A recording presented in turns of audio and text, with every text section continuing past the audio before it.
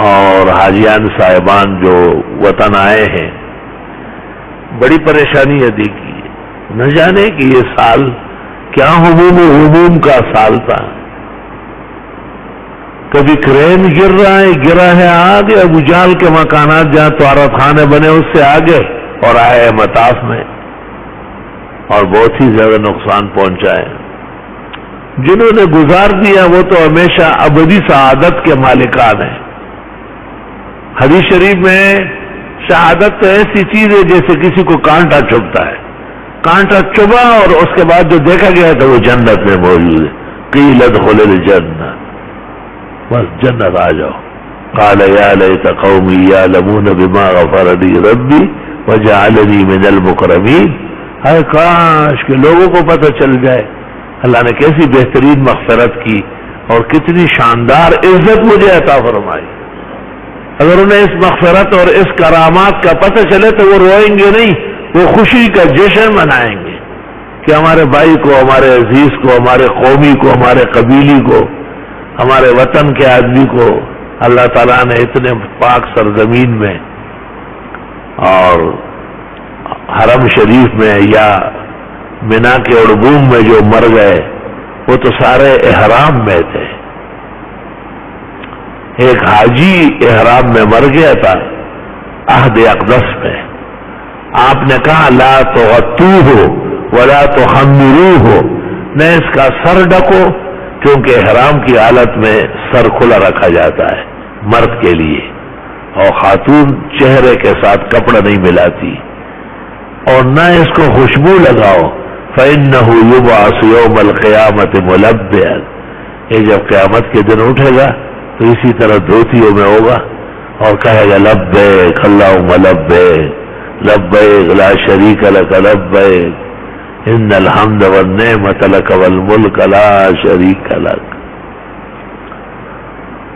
ہائے ہائے، جس شان سے کوئی مقتل میں گیا وہ شان سلامت رہتی ہے. جس طرح اللہ تعالیٰ نے ان کو نوازا و مالا مال کیا اس کی مثال نہیں ہے. اور کہتے جتنی تکلیف اہل خانہ کو ہوتی ہے اتنا ہی میت کا درجہ بلند ہوتا ہے، بشرطے کہ حدود شرع سے رونے میں، دھونے میں، واویلا کرنے میں تجاوز نہ کرے. بخاری شریف میں حضرت جعفر طیار شہید ہوئے تھے، ان کے بیویاں اور ان کے بال بچے بہت ماتم کر رہے تھے. آپ نے انہیں بلایا اور کہا کہ فرشتے ان کو اٹھا لیتے جنت لے جا رہے، تمہارے رونے دھونے کو دیکھ کے پھر واپس زمین پہ رکھ لیتے. آپ نے کہا یہ چاہتے ہو تم؟ بس خاموش، سب کے سب خاموش ہو گئے. لا الہ الا اللہ. بس جب علم آ جائے تو جہل ختم ہو جاتا ہے. جب روشنی موجود ہے تو اندھیرا نہیں ہے. بڑے ہو یا چھوٹے، پہلے ہو یا بعد میں، شریعت کا اتباع ان پر فرض ہے اور شریعت ہی سے تسلی ہوتی ہے. حاجیان صاحبان کو شریعت کا یہ حکم ہے کہ وہاں کی اچھائیاں، خوبیاں، آرام، راحت، محاسن وہ بیان فرمائے. اگر وہاں کہیں پانی ختم ہو گیا، کہیں اندھیرا ہو گیا، کہیں تھکاوٹ ہو گئی، کہیں رش ہے. ہمارے ناظم صاحب بھی طواف زیارت میں غریب گر گئے. اللہ اکبر. گرتے شاہ سوار و میدان جنگوں میں، وہ طفل کیا گرے جو گھٹنوں کے بل چلے. ہمارے ڈاکٹر عبدالصمد نے مجھے کہا کہ ایک دفعہ اچانک رش ہو گیا اور مجھے پتہ نہیں چلا. دیکھا میں نے تو کسی اور جگہ مرہم پٹی ہو رہی ہے، اور مجھے کہا کرین کے ذریعے آپ کو اٹھا کے یہاں لائے، تو پتہ نہیں چلا. ماشاء اللہ، اس میخانے کا مستانہ بھی مستانہ ہے. میں خود ایک دفعہ تو کیا 100 بار میں مروا سے واپس آ رہا تھا، طواف مکمل ہو گیا اور صحیح اور عمرہ کر رہے تھے. ان دنوں میں تعمیر نئی شروع ہوئی تھی، وہ جگہ تنگ پڑ گئی، رش بہت زیادہ ہوا.